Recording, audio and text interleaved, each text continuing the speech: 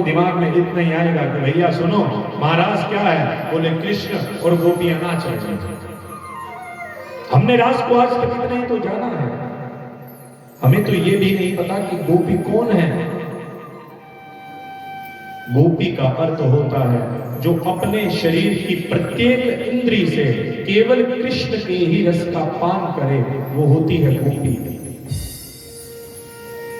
वो कहते हैं इंद्रियों को, उनसे केवल कृष्ण का रस पिए, आंखों से कृष्ण का दर्शन करे, कानों से कृष्ण की लीलाएं सुने, जिह्वा से केवल कृष्ण के नाम का स्मरण करे, उनका नाम जपे, मस्तक को उन्हीं के सामने झुकाएं, कीर्तन में बैठे तो कृष्ण के नाम की ताली बजाए, घर में अगर कुछ मिनट के लिए, कुछ क्षण के लिए समय मिल गया तो पैरों से चल करके सत्संग में पहुंच जाए। जिसका मन, बुद्धि, चित्त, संस्कार, 5 ज्ञानेंद्रियां, 5 कर्मेंद्रियां सब कृष्णमय हो जाए, वो कहलाती है गोपी। गोपी का अर्थ ये नहीं है कि कोई स्त्री है जो इधर उधर डोल रही है, ये गोपी है। हमें गोपी तो वो लगती है कि कोई नारी होगी, कोई लड़की होगी, कोई महिला होगी, वो गोपी है। इतना ही तो जानते हैं हम गोपी को। लेकिन यहां गोपी का अर्थ किसी कन्या से या किसी स्त्री से नहीं है। जो पुरुष भी बैठे हैं वो भी गोपी हैं। कैसे? क्योंकि जो जीवात्मा है वो स्त्रीलिंग है, परमात्मा पुल्लिंग है। भगवान केवल पुरुष अकेले हैं, बाकी हम सब आत्माएं उनके सामने गोपी ही है। इसलिए तो जब महाराज प्रारंभ हुआ तो स्वयं शंकर भगवान ने कहा कि मैं भी रास में जाना चाहता हूं। मां पार्वती ने कहा कि महाराज में केवल स्त्री स्वरूप में जाया जा सकता है। जैसे ही सुना कि केवल स्त्री स्वरूप ही पहुंचेगा तो मेरे भगवान शंकर स्वयं स्त्री बन गए और उनका एक नाम हो गया गोपेश्वर। आप लोग जाइए श्रीधाम वृंदावन में, आज भी गोपेश्वर महादेव का मंदिर है। जब भगवान को श्रृंगार होता है तो वो गोपी की तरह होता है। जहां शंकर भी गोपी बन करके आए, वही तो महारास है। भगवान ने सुंदर वेणु का निनाद किया और जैसे ही वो निनाद प्रारंभ हुआ, सबकी सब गोपियां दौड़ती हुई आई। श्रुति रूपी गोपियां भी दौड़ती हुई आती हैं। वेद के जितने मंत्र हैं वो सब गोपी बन करके आए। त्रेता युग में जितने संतों ने भगवान के दर्शन किए थे राम जी के, वो उस समय उनसे स्नेह नहीं कर पाए, इसलिए वो सब संत, वो ऋषि मुनि भी गोपी बन करके पधारे हैं। पाताल लोक से बलि के यहाँ जितनी भी राक्षसियां हैं वो सब भी गोपी बन करके आई हैं। भगवान ने जिस समय यमुना के जल का पान किया, उस समय जितनी मत्स्य कन्याएं थी, मछलियों की जो बेटियां हैं, वो सब भी गोपी बनकर के पधारी हैं। आज जैसे पृथ्वी का कण कण गोपी रूप में आ गया है। इसलिए मैं पराय निवेदन करता हूं, महाराज के विषय में केवल जो व्यक्ति कृष्ण भक्त होगा, जो कथा को समझता होगा, वही महाराज की कथा को समझ सकता है। अन्यत्र तो मूर्ख लोग केवल हंसते हैं इन कथाओं पर। बुद्धिहीन व्यक्ति नहीं समझ पाएगा महाराज की कथा को। उनके लिए तो ये है कि एक आदमी है और उसके साथ हजारों माताएं हैं जो नाच रही हैं। सब गोपी बन करके पधारे। ब्रज की गोपियों ने जब सुना भगवान ने वेणु का निनाद किया है, तुरंत जिस स्वरूप में थी उस स्वरूप में दौड़ पड़ी। एक गोपी गाय का दूध दूह रही थी, 2 थनों का दूध दुहा, और जैसे ही सुना बांसुरी की तान को, वही छोड़ा, सब कुछ छोड़ दौड़ पड़ी। एक गोपी अपने बालक को नहला करके तैयार कर रही थी। एक आंख में काजल लगाया, दूसरे में लगाना चाहती है। जैसे ही वो वेणु का निनाद सुना, दौड़ पड़ी। एक गोपी अपने पतिदेव को भोजन करा रही है, 2 रोटी रख चुकी हैं, तीसरी बेल रही है। जैसे ही वो निनाद सुना, दौड़ पड़ी। सबकी सब गोपियां जब दौड़ने लगी तो एक पतिदेव समझ गए कि ये सब कृष्ण की वेणु सुनने के लिए दौड़ रही है। इसलिए उसने अपनी पत्नी को पकड़ा और एक कमरे में बंद कर दिया, आगे ताला लगा दिया कि अब जाकर के दिखाओ तुम कैसे जाओगे। वो गोपी कहने लगी कि तुम इस शरीर को बंद कर सकते हो, लेकिन वो कृष्ण शरीर के साथ नहीं, वो तो परमात्मा है और परमात्मा और आत्मा का मिलन ही महारास है। मैं इन सबसे पहले पहुंच जाऊंगी। उसने अपने शरीर का त्याग किया और आत्म स्वरूप में स्थित होकर पहुंच गई। जिसका प्रेम भगवान के लिए जग जाए फिर कुछ अच्छा नहीं लगता, फिर तो केवल परमात्मा, उसका नाम, उसका भजन। सब गोपियां वहां पर आकर के एकत्रित हुई। भगवान ने उन सबका स्वागत किया। स्वागतम ते महाभागा अस्याम किम करवाणि ते। आप सब आइए, आपका स्वागत है। क्यों आई है यहां पे? सब गोपियों ने अपने सर को झुका लिया। स्वयं वेणु का निनाद करके, स्वयं बांसुरी बजा करके बुलाते हो, फिर पूछते हो कि क्यों आए हो कन्हैया, क्यों इतनी कठिन परीक्षा लेते हो? तुमने बुलाया है इसीलिए तो हम पधारी हैं यहाँ पर। भगवान बोले हमने कब बुलाया? बोले अभी तुमने बांसुरी में एक एक का नाम लिया तभी तो हम आए हैं। पागल थोड़ी ना है जो ऐसे घर छोड़ के दौड़ पड़े हुए। भगवान कहने लगे अब तुम आ ही गई हो तो देखो शरद पूर्णिमा का कितना सुंदर चंद्रमा है। कदम्ब के वृक्ष के नीचे बैठकर कल कल निनाद करती हुई यमुना के दर्शन करो, दर्शन करो भगवान की उन रश्मियों का। अब जंगल को देखो कितना सुंदर लग रहा है चंद्रमा की रोशनी में। देखा? उन गोपियों ने कहा हाँ सब देखा। बोले अब लौट जाओ घर पर। गोपियां कहने लगी लौट जाओ। बोले और क्यों, और किस लिए आई हो? उन गोपियों ने कहा आपने युग युगांतर से आज की इस रात्रि के विषय में चर्चा की कि मैं शरद पूर्णिमा की रात्रि को वेणों का निनाद करूंगा, तुम लोग आना, महारास होगा। हम तो उस महारास के लिए पधारी हैं। भगवान कहने लगे कि अपने पतियों को छोड़ करके आना ये अच्छा नहीं होता। तुम लोगों को पतिव्रत धर्म का पालन करना चाहिए। पतिव्रत धर्म क्या है? अपने पति की आज्ञा में रहना। भगवान समझाने लगे कि तुम लोग अभी तक पतिव्रत धर्म को जानती नहीं हो। मैं तुम्हें एक कहानी सुनाता हूं। भगवान श्री कृष्ण एक सुंदर कथा गोपियों को सुनाने लगे। लाखों गोपियां बैठी हुई हैं यमुना के तट पर और भगवान ने कहानी कहना प्रारंभ किया कि एक बार एक पति और पत्नी घर में बहुत आनंद से निवास करते थे और उनका एक पुत्र था छोटा सा जो अभी चलना सीख रहा था। गुडमन वो चल करके आता, माता पिता को बहुत अच्छा लगता। और उन पति पत्नी का एक नियम था। क्या? बोले वो प्रतिदिन अपने घर में यज्ञ करते थे। कुछ लोग अपने जीवन में अग्निहोत्री होते हैं। अग्निहोत्री का अर्थ होता है जो रोज एक यज्ञ करे। और ज्यादातर ऐसे लोग करपात्री होते हैं। करपात्री का अर्थ होता है कि 24 घंटे में केवल उतना ही भोजन लेना जितना एक बार हथेली के ऊपर आ जाए। इसमें नहीं, इसमें केवल इतना भोजन, उन्हें कहते हैं करपात्री। वो जो व्यक्ति था वो करपात्री था और अग्निहोत्री था, रोज यज्ञ करता, इसलिए उसके यज्ञ की जो ज्वाला है, उसके यज्ञ की जो अग्नि है वो कभी ठंडी नहीं होती थी। एक दिन की बात, वो व्यक्ति अपने काम से लौटा, थका हारा था। आकर के उसने अपने पत्नी से कहा कि मैं आज काम करते हुए बहुत थक गया और मेरे सर में दर्द हो रहा है। पत्नी ने कहा आप बैठिए, मैं आपका थोड़ी देर सर दबा दूं। आंगन के पास ही एक ड्योढ़ी थी, उस ड्योढ़ी के ऊपर पत्नी बैठ गई और उनकी गोद में सर रख करके पति लेट गया और पत्नी उस सर को दबाने लगी।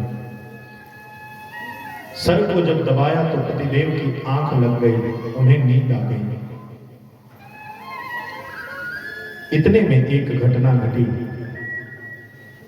उनका जो बालक है, जो भी चलना सीख रहा है, वो आया उस यज्ञ कुंड के पास और आकर के उसने दोनों हथेलियों को यज्ञ की परिधि पर रख लिया। परिधि आपने देखा होगा ना, 3 ईंटें लगी होती है, उसके ऊपर दोनों हथेलियों को टिका लिया और खड़ा होने का प्रयास करने लगा। अब इस दृश्य को उसकी मां देख रही है, लेकिन वो अपने बालक को उठा नहीं सकती क्योंकि अपने पति की सेवा कर रही है। अगर वो अपने पति को उठा दे तो उसका पातिव्रत्य धर्म नष्ट हो जाएगा। आजकल की तरह नहीं कि 7 बज गए उठो, जाना नहीं है क्या कहीं काम पे, पूरे दिन पड़े रहते हो घर में। उठा दिया तो पतिव्रत धर्म चला जाएगा। देखने लगी अपने उस बालक को और देखते ही देखते धड़ाम से वो बालक उस यज्ञ की अग्नि में गिर गया। पत्नी ने अपनी आंखें बंद कर दी, पति की सेवा करती रही। थोड़ी देर बाद पतिदेव जैसे ही जगे उठे, देवी अब थोड़ा आराम लग रहा है। पत्नी की आंखों में आंसू देखे क्या हुआ, उठी दौड़ती हुई गई यज्ञ के अग्नि के पास। वो बालक अंगारों के साथ खेल रहा था। यह है पातिव्रत्य धर्म, जिसके कारण सावित्री अपने पति के प्राण वापिस ले आती है यमराज से मांग करके। इसलिए देवियों, व्यक्ति को हमेशा पातिव्रत्य धर्म का पालन करना चाहिए। सबकी सब गोपियां चुप बैठी हैं, हमें बुला करके और हमें को ज्ञान दे रहे हो। शरद पूर्णिमा की रात्रि निकली जा रही है, सब गोपियां एक दूसरे की तरफ देखने लगी। एक गोपी कहने लगी कि जैसी कहानी तुम सुना रहे हो वैसी कहानी मुझे भी आती है। भगवान ने कहा सुनाओ सुनाओ, जल्दी सुनाओ, फिर तुम्हें घर भी जाना है। गोपियों ने कहना प्रारंभ किया कि जैसे आप कह रहे हैं ऐसे ही पति पत्नी और थे, लेकिन उनके संतान नहीं थी। नया नया विवाह हुआ, पतिदेव ने कहा कि मुझे कमाने के लिए बाहर दूसरे देश जाना है। पत्नी ने कहा कि अभी तो हमारा विवाह हुआ है, आप अभी चले जाएंगे तो मैं अपने पति की सेवा कब करूंगा।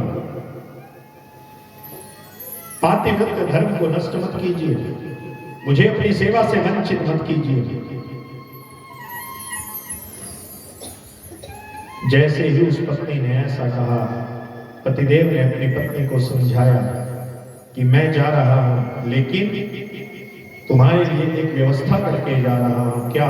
बोले मैंने मेरे ही जितना बड़ा एक मिट्टी का पति बनवाया है, अलमारी में रखवा दिया है। तुम रोज सुबह उठना, उस मिट्टी के पति की पूजा करना।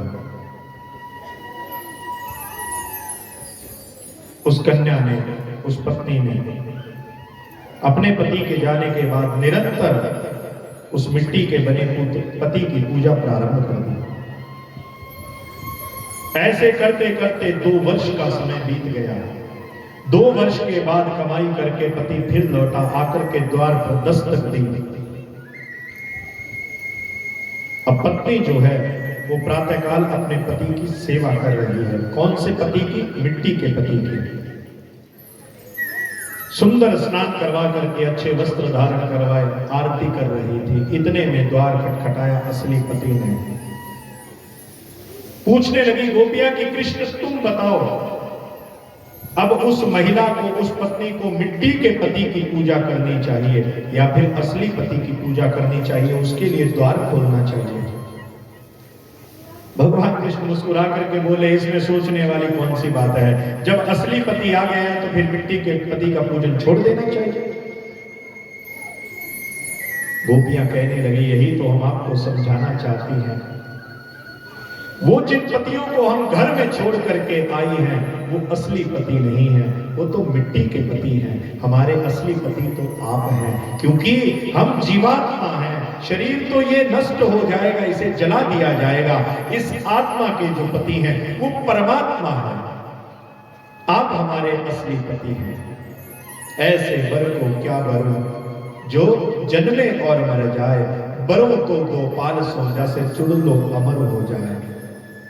पति बनाओ तो गोपाल को बनाओ, जिससे इस जीवात्मा और परमात्मा का नित्य संबंध बना रहे, हम कभी अलग हो ही ना। भगवान मुस्कुराए, गोपियां परीक्षा में पास हुई और भगवान ने रास प्रारंभ कर दिया। दुई दुई गोपी बीच एक एक माधव।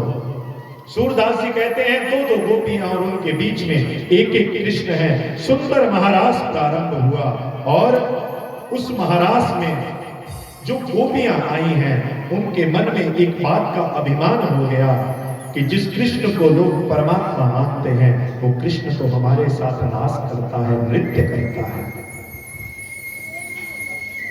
जैसे ही अभिमान हुआ भगवान अंतर्ध्यान हो गए। मेरे भाई बहन इस बात को गांठ मार दो, जिस व्यक्ति के मन में अभिमान होता है, अहंकार होता है, मैं भाव होता है, समझ लो उस व्यक्ति से भगवान कोसों दूर है। क्योंकि अहंकार में और भगवान में एक ही चीज वहां टिक सकती है, दोनों एक साथ नहीं रह सकते। किसी ने भगवान से पूछा तो क्या अहंकार नहीं करना चाहिए? बोले करना चाहिए। कैसा? बोले जैसे भरत जी को अहंकार था, मेरे भगवान है, मेरे भगवान है, केवल इतना अहंकार हो जीवन में, मैं भगवान का हूं, भगवान मेरे हैं, बस ये एक अभिमान हो तो ऐसा हो। भगवान से निरंतर प्रेम ही करें क्या? कभी क्रोध ना करें। बोले क्रोध करो। कैसा क्रोध? बोले जैसा कर्माबाई ने किया। बोले तुम्हारे सामने ये भोग रखा है, तुमने खाया नहीं, अब मैं भोग लगाना बंद कर दूंगी तुम्हें। भगवान ने कर्माबाई का खींचड़ा खाया, थाली भर के लाई खींचड़ो। सुना है आप सब? कर्माबाई का प्रेम है तो भगवान से, और क्रोध है तो वो भी भगवान से। भगवान से क्रोध हो तो किस बात का कि मंदिर में रहते हो भगवान, कभी बाहर आया जाया करो, मैं रोज तेरे दर आती हूं, कभी तुम भी मेरे घर आया करो, मैं तो रोज चल के मंदिर आ जाता हूं। ऐसा नहीं हो सकता कि आज मुझे समय नहीं लगा तो तुम मेरे घर आ जाते मुझसे मिलने। क्रोध हो तो ऐसा हो हमारा। लेकिन हम तो क्रोध भी करते हैं, तो इस बात को लेकर के कब से मंदिर आ रहा हूं, आज तक मेरी बात पूरी नहीं की, आज तक मेरी मनोकामना पूरी नहीं। हमारा तो क्रोध ऐसा है, नहीं आऊंगा आज के बाद, किसी दूसरे भगवान को पकड़ूंगा। अभिमान, मैं और मेरा, तू और तेरा, यही तो माया है, इसके अतिरिक्त तो माया कुछ है ही नहीं। जिस दिन ये समझ गए कि मैं और मेरा कुछ नहीं है, सब भगवान का है, उस दिन देखना आप अभिमान समाप्त हो जाएगा। भगवान का तो प्रिय भोजन है अभिमान। अगर तुम भगवान को कुछ चढ़ाना चाहते हो तो अपना अहंकार, अपना मैं चढ़ा दो। जैसे ही अभिमान हुआ गोपियों को, भगवान अंतर्ध्यान हो गए। राधा रानी को लिया अपने साथ और राधा और कृष्ण दोनों महारास करने लगे। इधर राधा रानी को इस बात का मान हो गया, अभिमान नहीं हुआ, ध्यान से सुनना, केवल मान हुआ कि भगवान ने सब गोपियों का त्याग कर दिया, लेकिन मुझे अपने साथ ले आए, मेरे बिना तो भगवान रह ही नहीं सकते। कभी कभी व्यक्ति को इस बात का अभिमान हो जाता है कि मैं ऐसा करता हूं, मैं वैसा करता हूं, मैं नहीं करूंगा तो होगा ही नहीं। श्री राधा रानी सोचने लगी मेरे बिना तो कृष्ण रह ही नहीं सकते, और जैसे ही कृष्ण ने ये देखा समझा, भगवान वहां से भी अंतर्ध्यान हो गए। सबकी सब गोपियां राधा रानी के साथ मारी मारी घूमने लगी। अश्वत्थ कभी पीपल से पूछती है, वट वृक्ष से पूछती है, इमली तालाब में जाकर के इमली के वृक्ष से पूछती है, दीवारों से पूछती है, पत्थरों से पूछती है, सबसे पूछती है कि वो कृष्ण कहां गए, वो कृष्ण कहां गए। किसी ने कोई उत्तर नहीं दिया। सब गोपियां आई और आकर के यमुना जी के किनारे पर बैठ गई, और यहां उन गोपियों ने एक बहुत सुंदर गीत गाया, जिस गीत को कहते हैं गोपी गीत। इस गीत में 19 श्लोक हैं, और शास्त्र कहता है कि अगर आप इस गीत का रोज पाठ करते हैं तो आपको भगवान के दर्शन ना हो, ऐसा हो ही नहीं सकता। जिसको कृष्ण के दर्शन की लालसा हो वो इस गीत का रोज पाठ करे। केवल 19 श्लोक हैं, आप करना प्रारंभ करेंगे, थोड़ा कठिन लगेगा क्योंकि संस्कृत में है, लेकिन 1-2 महीने में सरल हो जाएगा। और फिर आप इसका पाठ प्रारंभ कीजिए, नारायण आपको स्वयं दर्शन देने के लिए आएंगे। हम और आप सब लोग मिलकर गोपी गीत के कुछ श्लोकों का पाठ करेंगे। आप सब लोग सर को ढक करके बैठे। जो कन्याएं 9 वर्ष से ऊपर की हैं, वो अगर चुन्नी नहीं लेकर के आई हैं तो पड़ोस से चुन्नी मांग लें। 2-2, 3-3 लोग मिलकर के एक चुन्नी ओढ़ लें। पुरुष भी जिनके पास सर ढकने के लिए कुछ है तो अपने सर को ढक करके बैठे, मन में गोपी का भाव लाएं और गोपी गीत के इन सुंदर श्लोकों को आप लोग अभी गा नहीं सकते, इसलिए केवल आंखें बंद करके मैं गाऊंगा और आप सब लोग सुनेंगे।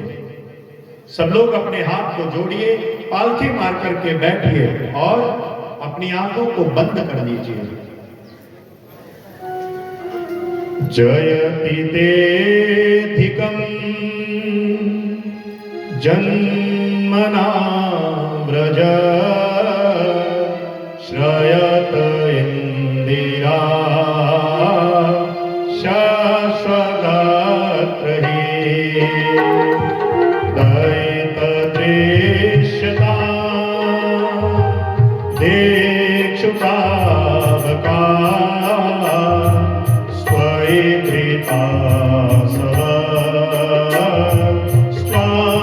विचिन्तते शरदुदाश्रये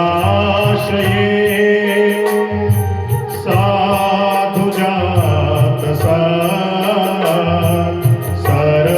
सरसिजोदरा श्रीमुषादृशा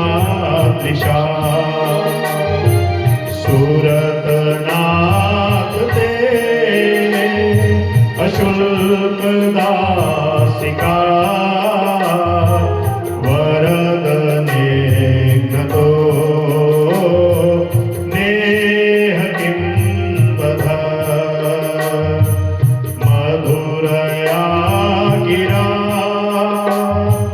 वल्गुवाक्यया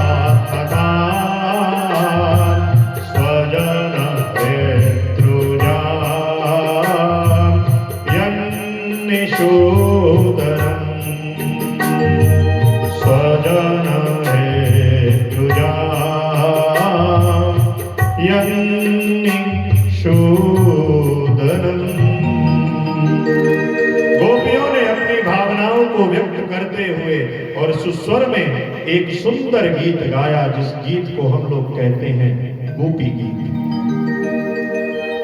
गोपियां कहने लगी, अगर इसी तरह विरह रूपी अग्नि में ज्वार जला करके और हम लोगों को मारना था, तो फिर जब दावाग्नि लगी तो उसका पान आपने क्यों किया? जिस दिन कालिया नाग हमें डसने के लिए इस ब्रजभूमि ब्रज क्षेत्र में आया था, तो उस समय आपने उस कालिया नाग से रक्षा क्यों की? अघासुर, बकासुर, वत्सासुर कितने राक्षस आए, उन राक्षसों के हाथों हमें मरने क्यों नहीं दिया? उसी दिन अगर हम लोग मर जाते तो आज हम लोगों को आपके इस विरह रूपी अग्नि में जलना नहीं पड़ता। इसलिए अब आप हमारे सामने हमें दर्शन दीजिए, क्या ऐसा अपराध हमसे हो गया?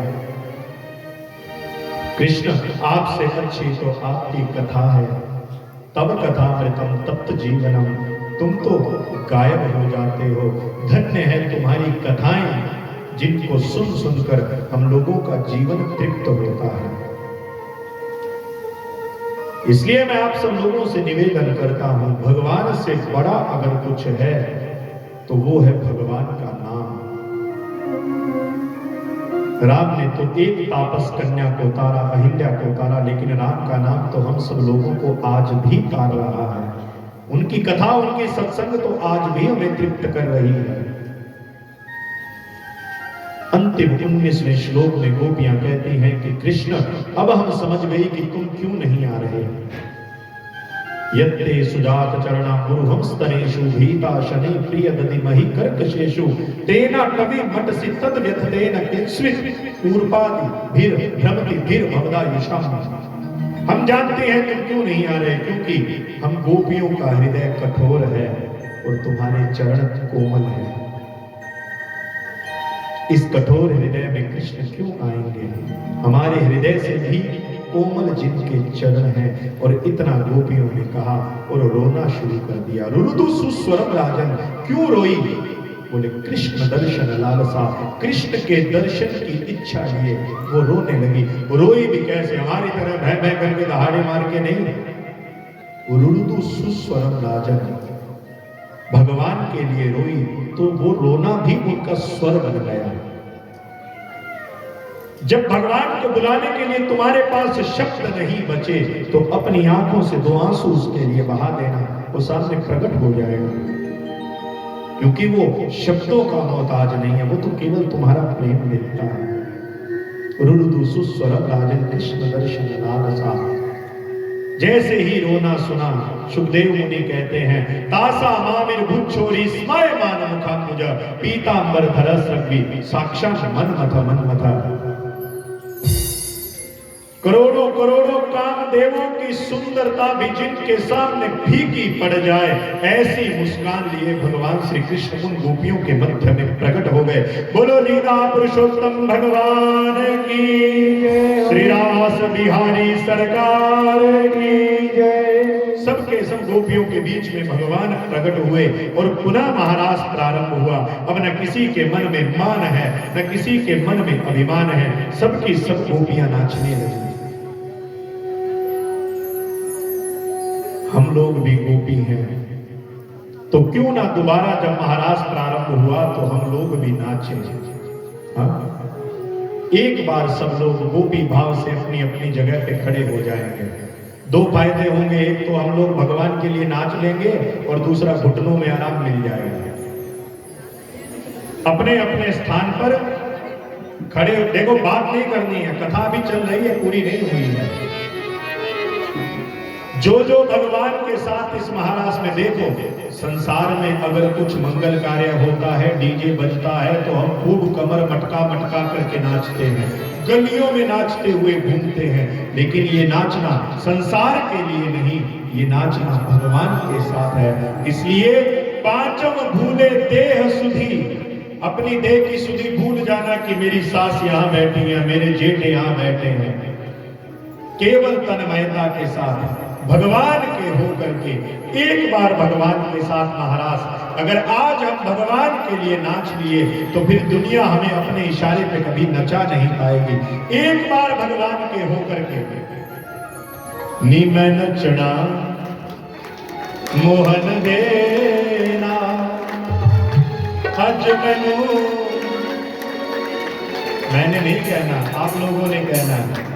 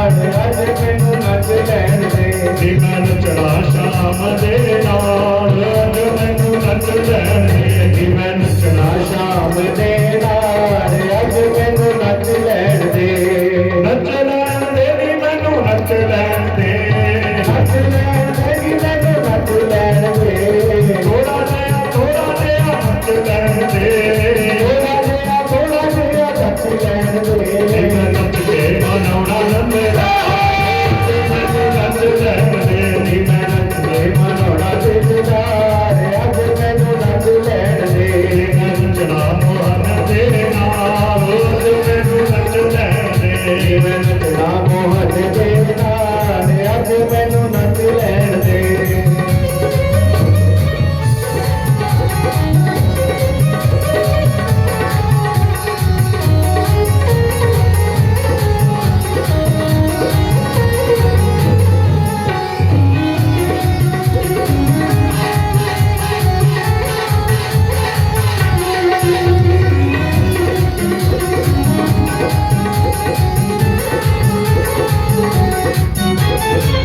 दुनिया दे लई नचिया बथेरा, दुनिया दे लई नचिया बथेरा, दुनिया दे लई नचिया बथेरा, दुनिया दे लई नचिया बथेरा। फिर भी ना कोई बनया मेरा, फिर भी ना कोई बनया मेरा, फिर भी ना कोई बनया मेरा, फिर भी ना कोई बनया मेरा।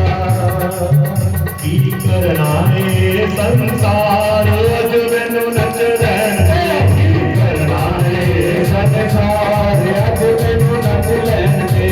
मैं नचना मोहन दे नाल अज मैनू नच लैण दे, मैं नचना मोहन दे नाल अज मैनू नच लैण दे। श्रीराम बिहारी सरकार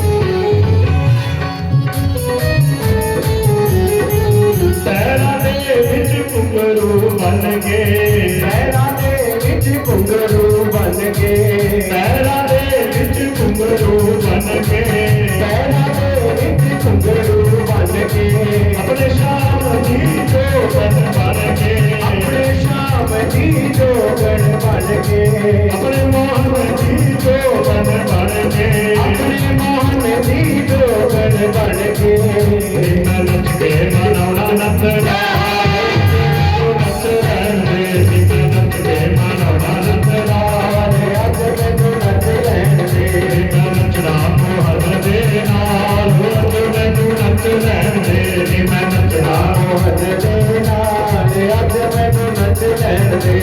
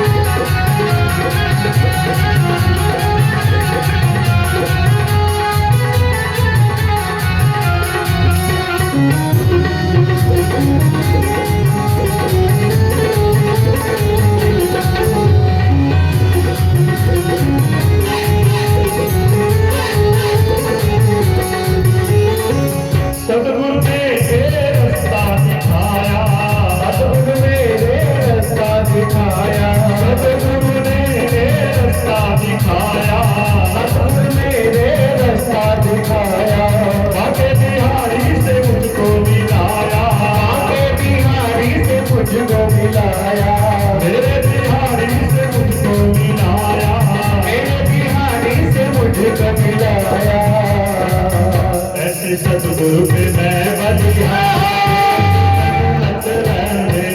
सतगुरु से मैं बलिहार आज मैनू नच लैण दे।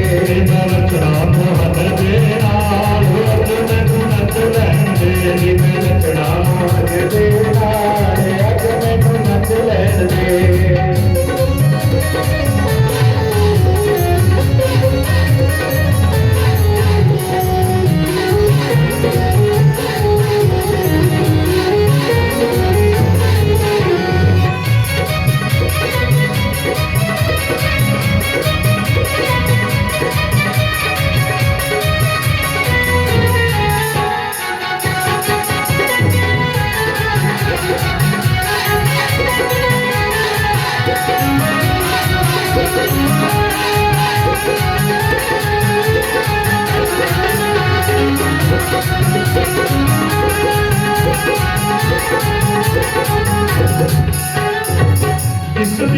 राधे जावन दे लई, तुझी राधे जावन दे लई, तुझी राधे जावन दे लई, तुझी राधे जावन दे लई, यार मोहन का पावन दे लई, यार मोहन का पावन दे लई, यार मोहन का पावन दे लई, यार मोहन का पावन दे लई।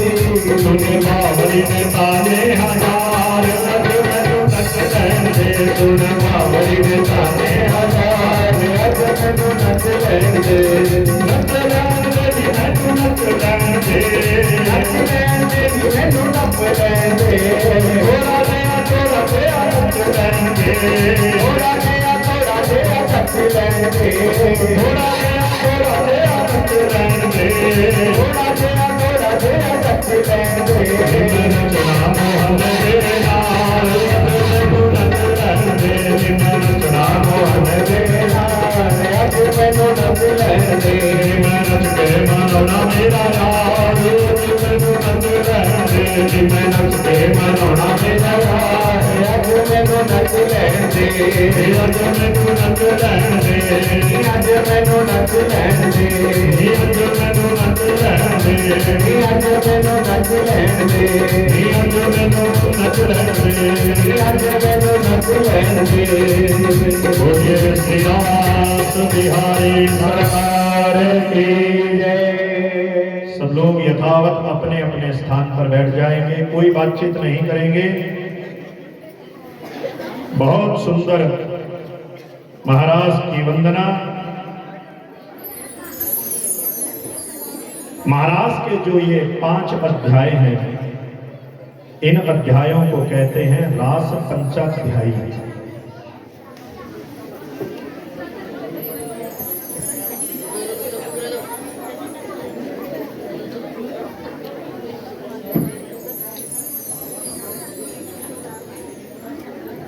शांतिपूर्वक बैठिए।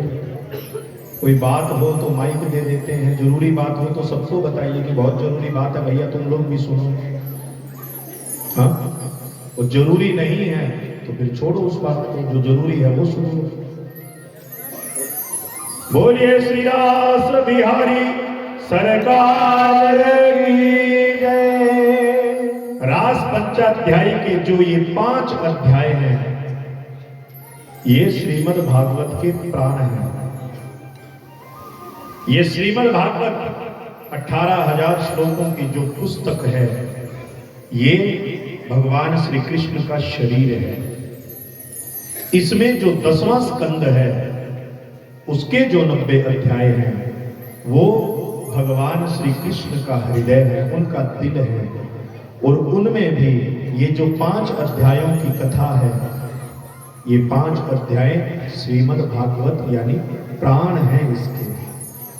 अगर ये 5 अध्याय श्रीमद् भागवत में ना हो तो श्रीमद् भागवत वैसी ही है कि जैसा कोई व्यक्ति पड़ा हो आंगन में लेकिन उसमें प्राण ना हो, मृत शरीर जैसे होता है, ठीक वैसे ही इन 5 अध्यायों के बिना ये श्रीमद् भागवत है। ऐसे सुंदर 5 अध्यायों में महारास का प्रसंग है। इस प्रेम की चर्चा से आगे बढ़ते हुए कंस को जब पता चला कि वृंदावन में कृष्ण रहता है, तो उसने कुछ और राक्षसों को भेजा।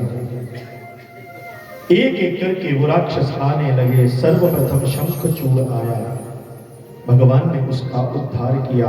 मायासुर आया, भगवान ने उसका उद्धार किया। उसके बाद अरिष्टासुर को भी भेजा, अरिष्टासुर को भी भगवान ने बलराम जी के साथ मिलकर के मार दिया, एक एक करके। और भगवान ने उन सबको मार डाला। अब कंस सोचने लगा कि उस बाल कृष्ण का वध कैसे हो। उसने एक सुंदर योजना बनाई। क्या कि वृंदावन में तो कृष्ण रहता है गवारियों और अपने परिवार के बीच में, वहां उसे मारना आसान नहीं है। इसलिए एक काम करो। क्या? बोले कृष्ण को मथुरा बुला लो।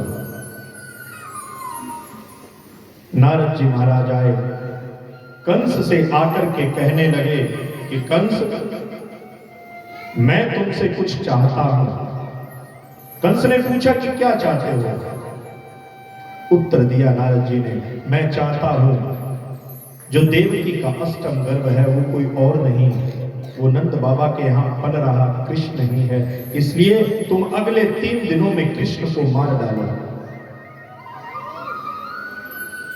कंस ने कहा कि मैं भेजता हूं किसी को यहां उसे लाने के लिए।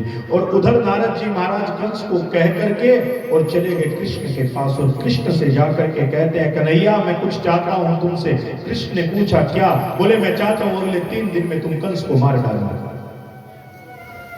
उधर तो कंस से कह दिया कि कृष्ण को मरवा दो, और इधर कृष्ण से कह दिया कंस को मार डालो, क्योंकि नारद जी चाहते हैं कि इन 3 दिनों में कैसे भी करके इनका आमना सामना हो और कंस का वध हो जाए।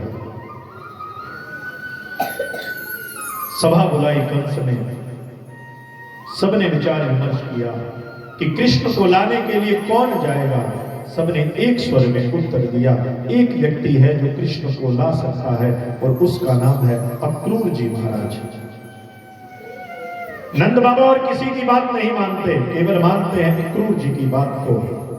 और कन्हैया स्वयं भी अक्रूर को काका कहता है। इसलिए आप कृष्ण को यहां लाने के लिए एक सुंदर यज्ञ का आयोजन करो। और सुंदर यज्ञ का आयोजन हुआ जिसका नाम है धनुष यज्ञ। शंकर जी ने कंस को एक धनुष दिया था वरदान के रूप में, और कहा था कि इस धनुष को कोई तोड़ेगा नहीं, कोई तोड़ नहीं पाएगा, किसी में इतना बल नहीं है। लेकिन जिस किसी ने इस धनुष को तोड़ दिया, समझ लेना वो तुम्हें छोड़ेगा नहीं, वही तुम्हारा काल होगा। कंस ने धनुष यज्ञ किया और कहा कि कोई आए और इस धनुष को तोड़े। अक्रूर जी महाराज रथ लेकर के पहुंचे हैं नंद रानी के महल में। वृंदावन पहुंचे, और वृंदावन पहुंचने में वैसे तो उन्हें लगने थे 20 मिनट, लेकिन पूरा दिन लग गया। क्यों? क्योंकि वृंदावन से मथुरा की दूरी मात्र 16 किलोमीटर की है। 20 मिनट की जगह पूरा दिन लगा, क्योंकि अक्रूर जी महाराज ने जैसे ही मथुरा की सीमा को पूरा करके और वृंदावन की सीमा में प्रवेश किया तो रथ से नीचे उतर गए। अपनी पादुकाएं खोल करके उन्होंने रथ में रख दी और पैदल चलने लगे। जानते हो क्यों? क्योंकि जिस भूमि पर मेरा कन्हैया नंगे पांव दौड़ता हो, मैं वहां रथ लेकर या जूते पहन करके कैसे चल सकता हूं? हमारी प्रसन्नता वही हो जिसमें भगवान की प्रसन्नता है। अब कैसे पता करोगे कि भगवान किसमें प्रसन्न है और किसमें नहीं है? बोले भगवान की प्रसन्नता का अगर पता लगाना है तो उसका एक ही तरीका है, और वो तरीका है हमारे ये सदग्रंथ जो हमें ऋषि देकर के गए। इनको पढ़ो तो पता चलेगा कि भगवान किन बातों से नाराज होते हैं और किन बातों से प्रसन्न होते हैं। कौन कौन से ऐसे काम हैं जो पाप की श्रेणी में आते हैं, पुण्य क्या है, धर्म क्या है, ये सब हमें ये ग्रंथ बताएंगे, सत्संग बताएंगे। अक्रूर जी महाराज ने देखा कि प्रसन्नता कृष्ण की इसमें कि जिस भूमि के ऊपर मेरा कृष्ण नंगे पांव चलता हो, मैं भी वहां माथा झुकाता हुआ चलूं। और जैसे ही नीचे उतरे, ब्रज की वो धूल, वो रमण रेती खो गए उस ब्रज में आकर के। सोचने लगे कि जहां जहां ये गौओं के चाप के निशान हैं, उस रास्ते पे चलता हूं। नंद का लाल इसी रास्ते से अपने घर को जाता होगा, इस रास्ते पे मैं भी चलूं। और उस रास्ते पे चले तो कहीं गौओं के टाप उन्हें उधर दिखाई दे, कहीं गौओं के पैर उन्हें इधर दिखाई दे। कभी इधर मुड़ जाते हैं, कभी उधर मुड़ जाते हैं, भूल गए रास्ता।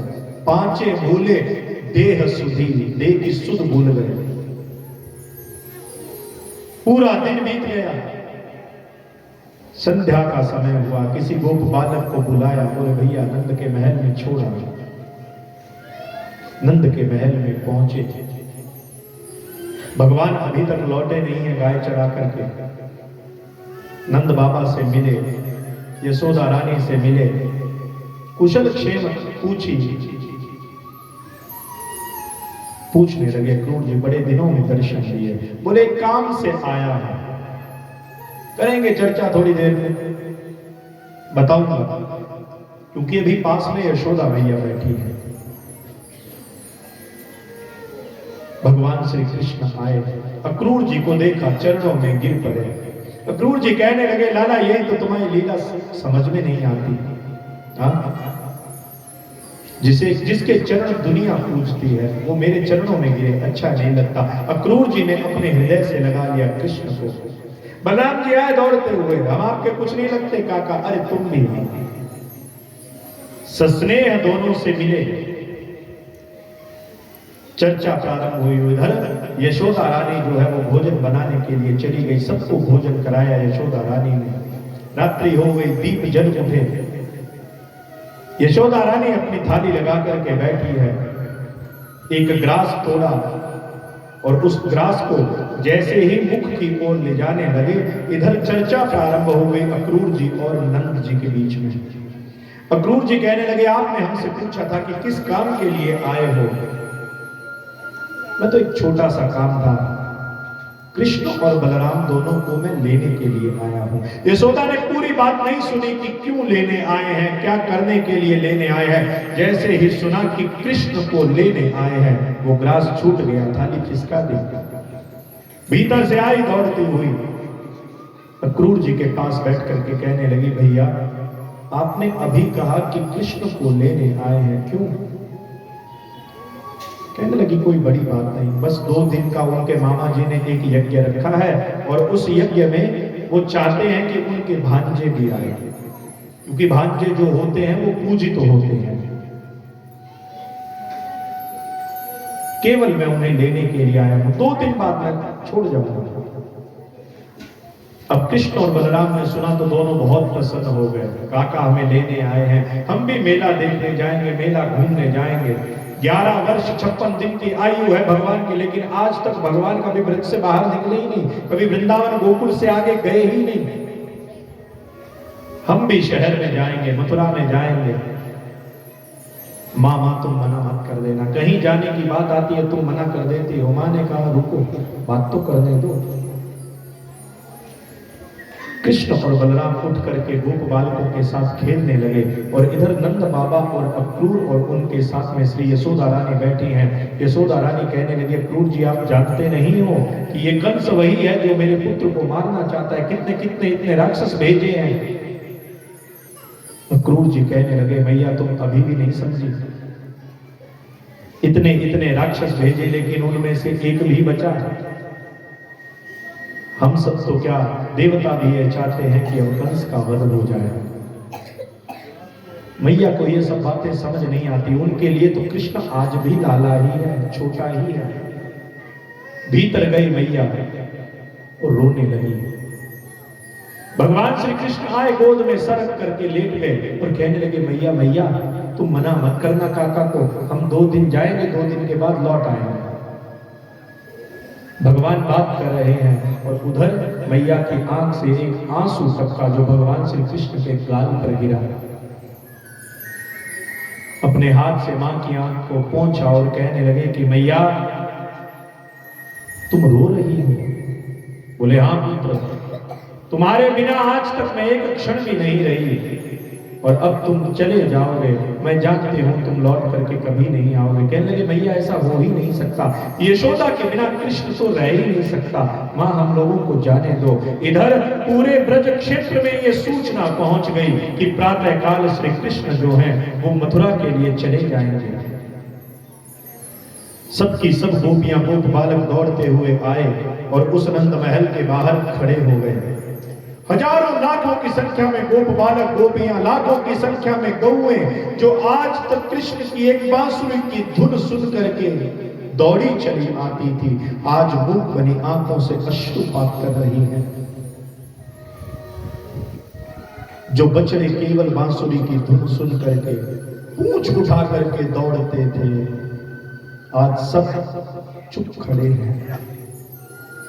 ब्रज में ऐसे लगता है जैसे कोई है ही नहीं, शून्य हो गया सब कुछ, क्योंकि भगवान जहां से जाने वाले हो वहां फिर क्या बचेगा।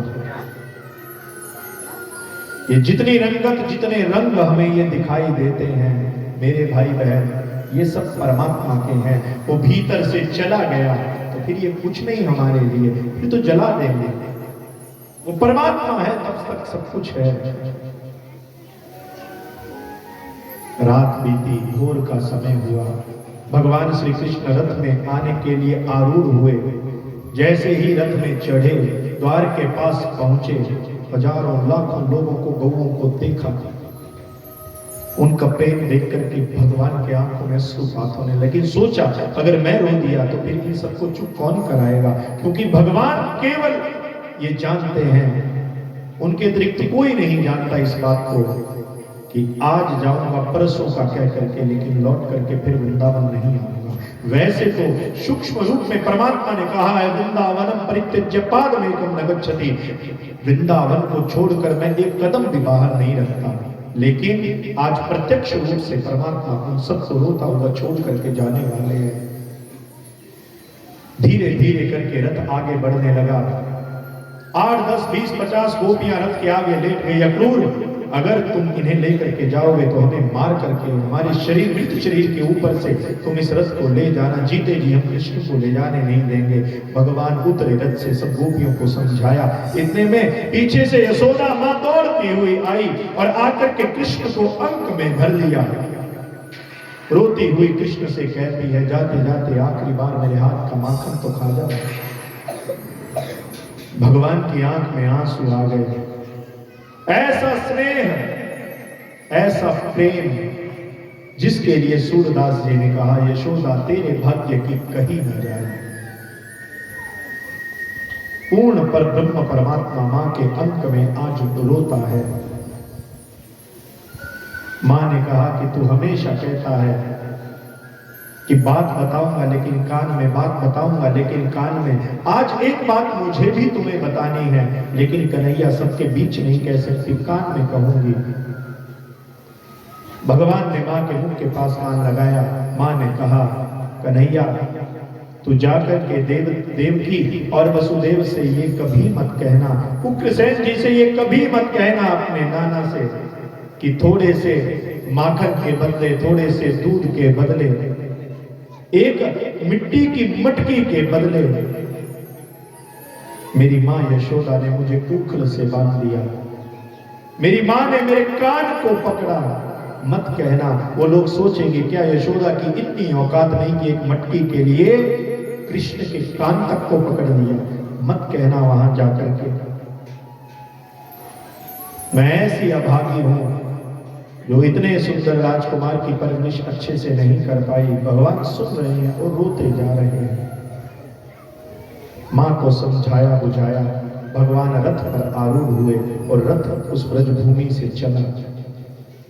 थोड़ी ही दूर पहुंचा, इतने में श्री राधा रानी उस रथ के साथ साथ दौड़ रही हैं। भगवान ने रथ को रुकवाया, राधा रानी के सामने गए। श्री राधा रानी ने भगवान से कहा कि भगवान जाते जाते एक वचन दे जाइए। भगवान ने कहा, वचन तो मैं भी मांगने वाला था। श्री राधा रानी ने कहा, आप मांगिए। भगवान ने कहा कि मैं वचन मांगता हूं कि मेरे जाने के बाद में तुम रोगी नहीं। श्री राधा रानी ने कहा, मैं तो ये वचन दे दूंगी, लेकिन आप भी एक वचन दीजिए कि आप वृंदावन को छोड़ने के बाद मुझे कभी याद नहीं करोगे। भगवान कहने लगे, ऐसा कैसे हो सकता है? दो शरीर एक प्राण हम हैं, मैं आपको याद किए बिना कैसे रह सकता हूं? श्री राधा रानी ने कहा, तो फिर मैं आंख में आंसू लाए बिना कैसे रहूं? दोनों के बीच में संवाद हुआ। रथ पर भगवान फिर आरूढ़ हुए और अब ये रथ तेजी से वृंदावन को छोड़ते हुए मथुरा की ओर चलने लगा। धूल उड़ी, धूल उड़ती उड़ती आकाश की तरफ जाने लगी और जब तक वो रथ दिखना बंद नहीं हुआ तब तक गोपियां, गौए, वो बछड़े एक तक निगाह बांध करके उस रथ को देखते रहे और धीरे धीरे करके रथ की वो पीली ध्वजा उस धूल में कहीं खो गई।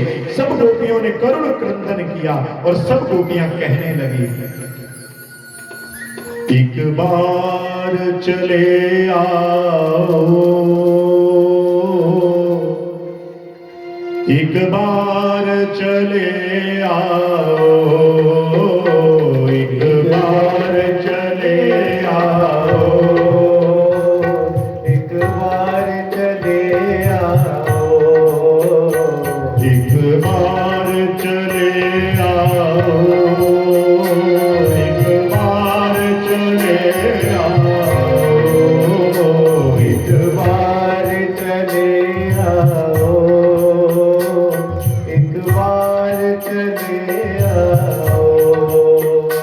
एक बार चले आओ फिर आके चले जाना। एक बार चले आओ फिर आके चले जाना। एक बार चले आओ एक बार चले आओ एक बार चले आओ एक बार चले आओ। हे कृष्ण हे गोपाल कहाँ छोड़कर चले गए हमें। एक बार लौट आओ फिर चाहे दोबारा लौट जाना। एक बार ऐसा लगे कि इन शरीरों के प्राण लौट आए हैं।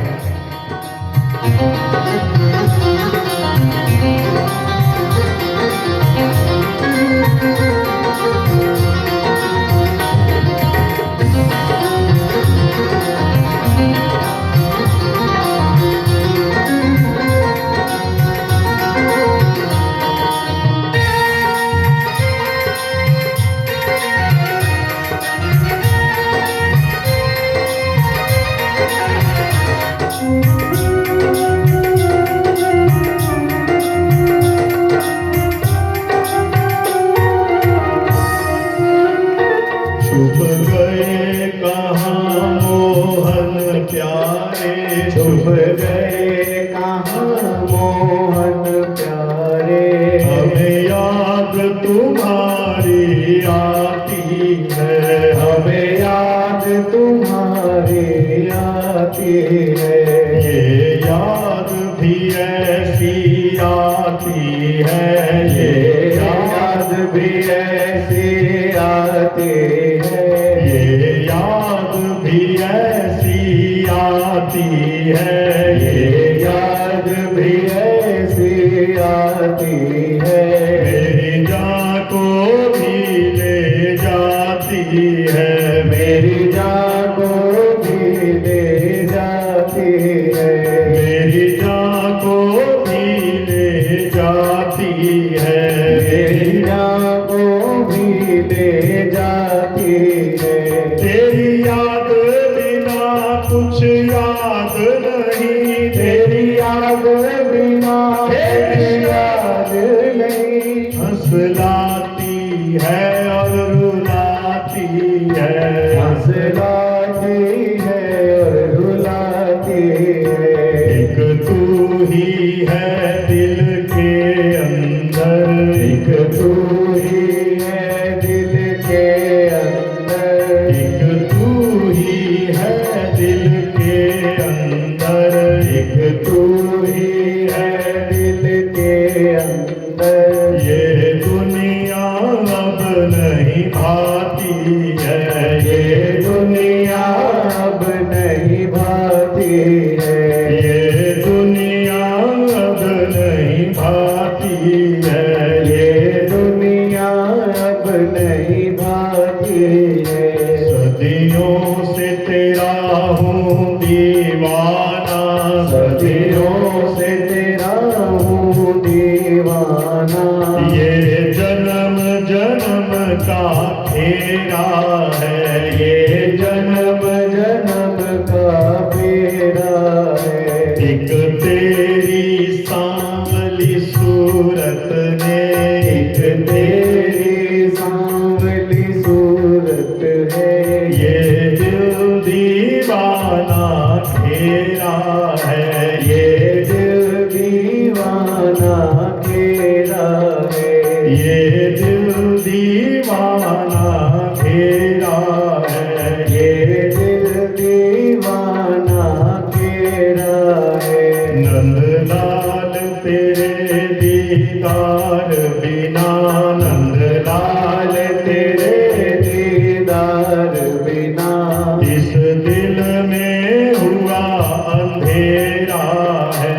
इस दिल में हुआ अंधेरा है।